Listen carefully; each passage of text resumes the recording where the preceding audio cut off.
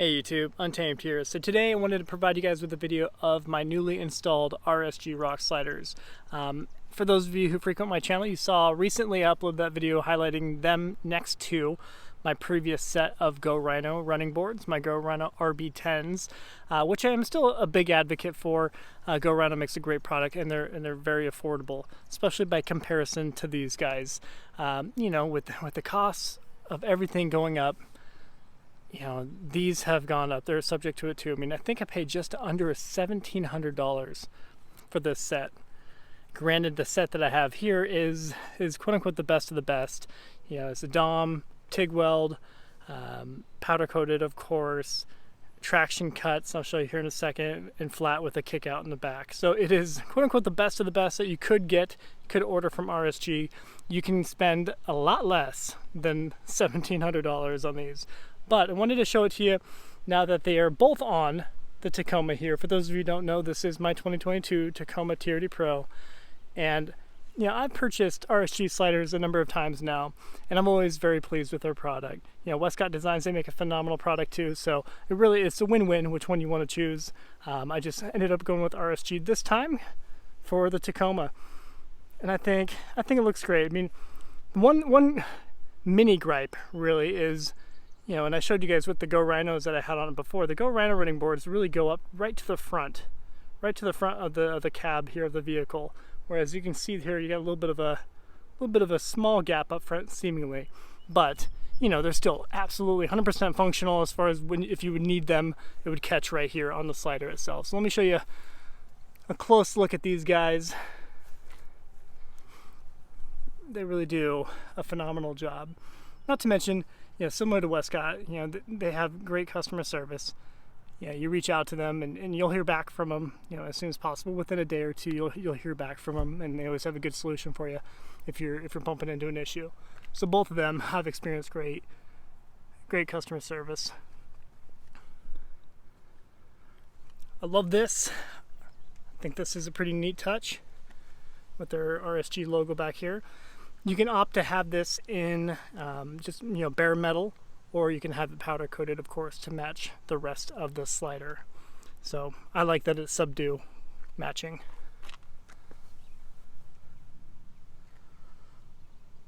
So I'll pop underneath to show you what I did. So these are, I'm gonna bring back the camera a little bit. So these were a little bit more tricky, a little trickier than the Forerunner, at least how I recall it anyway. I believe there is a total of 11 bolts that you do per side. It's kind of hard to mess up the actual fitment of it because you have these four little protruding metal, little, for lack of better terms, little nipples popping out of the frame here. So you line it up on those four right there, and then you can do minor adjustments up and down a little bit. As you see there, you can go up and down a little bit based on your preference. I purposely went pretty high, so to keep it pretty snug. So a very minimal gap up top here, and I did that on purpose. Yeah, maximizing the clearance the best I could anyway. So like I said, 12 all the way across, 12 bolts. I'll show you the back side too. This one's a little tricky, so I'm gonna do a little army crawl here. I bet my neighbors never look out their windows, but when they do, I'm flopping around like a fish. Okay, so you got on this side, on the driver's side, we had, you know, this protruding arm here that we had to pop off, pull, so we're slid up the entire rock slider behind this. So we're sandwiching the slider up against the frame, right, with the arm here. Let me show you the other side. Here's another, just because I don't know if there's a whole lot of videos on these, I'll show you this too. So you're gonna get this piece here, okay? You're gonna get this, and it is, when it comes, it's just straight, and you bend it to actually loop around and hold on to this. I can't really show you too well, but there's a receiving, I think a 10 millimeter, or maybe even 11, I forget, nut right here to actually bolt up to the frame itself. So that secures this, because when you pop this on, you have to remove the little clamps, the plastic clamps that actually hold this to the frame. So you remove them, you no longer use them at all, then this becomes your holder for the wires here. So, excuse me as I wiggle back here. So I'll show you the back side of it. So you receive a number of these block plates right here. So right here, this is your receiving plate where you'll hold up here, of course, and then you bolt in your provided hardware.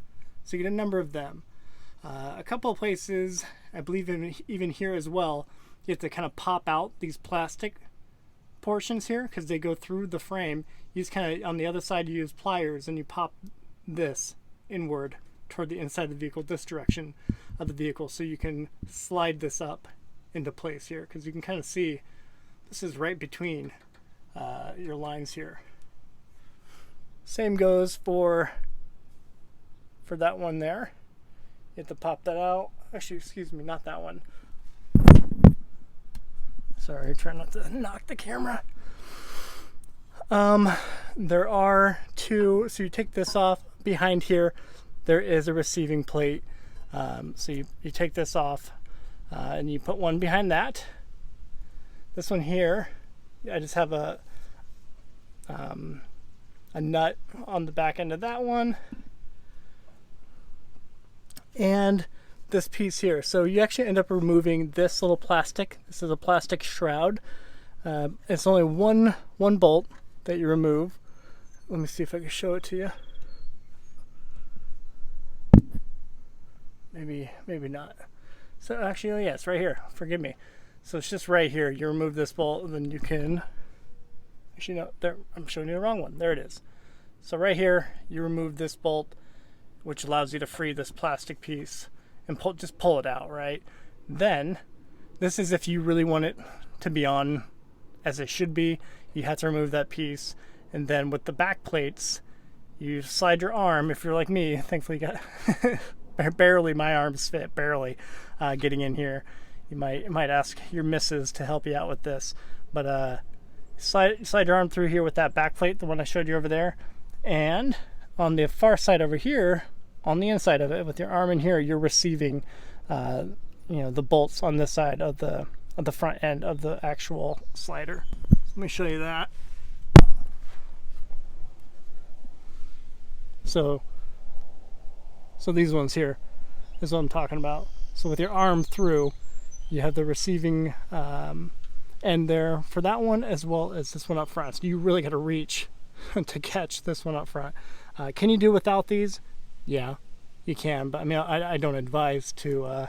If you're gonna not be like me and actually put these to use, I recommend putting them on for sure, as it will just secures them to the vehicle as they should be, because it truly is an extension of your frame as you want it to be. I'll show you for fun, I'll show you the passenger side, which differs just a little bit.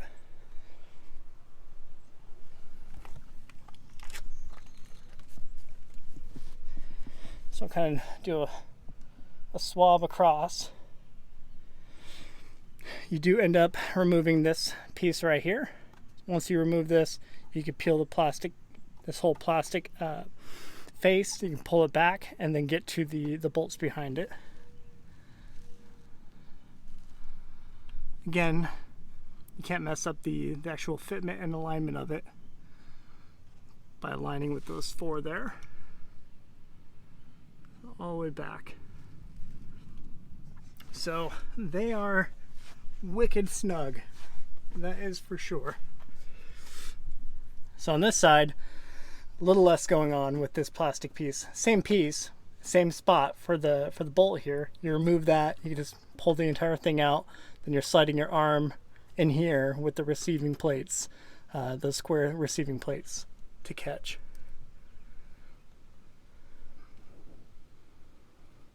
And there you go. I don't know, I think, did I do everything 100% perfectly? Probably not. Let me make that clear. But what I can tell you is all the hardware was used, and everything is wicked tight and wicked snug. So they're on there, and they're on there very nicely. Okay. All right, team. Well, there you have it. Just wanted to walk you through that. Again, maybe only 5 people in the world will appreciate kind of seeing that closer look. But I know I would appreciate seeing it a little bit closer like that as I was installing them and going through that. You know, the tough part is just how heavy they are, right? You know, oftentimes, you know, when it gets to the point where I'm able to actually got all my bolts and hardware laid out and I'm ready to actually hold it up and start, you know, bolting in that first one, I have Mrs. Untamed join me for a few minutes as she helps me kind of lift it up and do it. A lot of people will use a jack, as you'll see that maybe in other videos, which is of course a good way to do it. I tried it one time with my Land Cruiser when I put on the Rocksliders on that previously, and I don't know, I found it to be almost more of a hindrance, but I was probably doing it wrong if I'm being honest. So we do that. She pops down there, she helps me hold it up just for a minute as I get the first couple loosely bolted in, at least to hold it up. You know, and that by itself kind of begs the question of, should you get sliders over running boards, right? That's kind of an age-old debate. A lot of people like them, like myself, admittedly. I like the way they look, you know, and come that day for me to off-road and potentially be in that sticky situation, which I'm not opposed to, I just don't do it that much, right? I'll be happy that I have them on. I'll at least have that peace of mind knowing that I'm not going to mess up my rocker panels, mess up my side door or whatever, as I go over obstacles. So I like that, and of course I love the way they look. They're an awesome product, and I think it's a very fitting look for the Tacoma in particular, and the 4Runner, right? The running boards though, you save a lot of money. You save probably right around $1,000.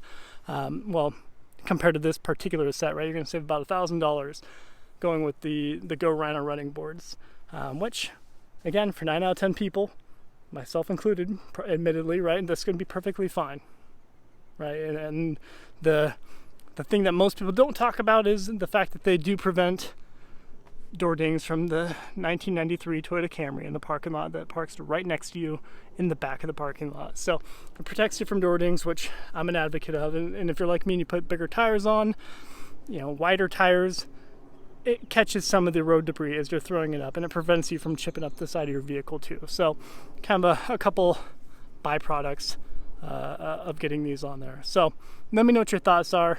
Appreciate you watching as always. Until next time.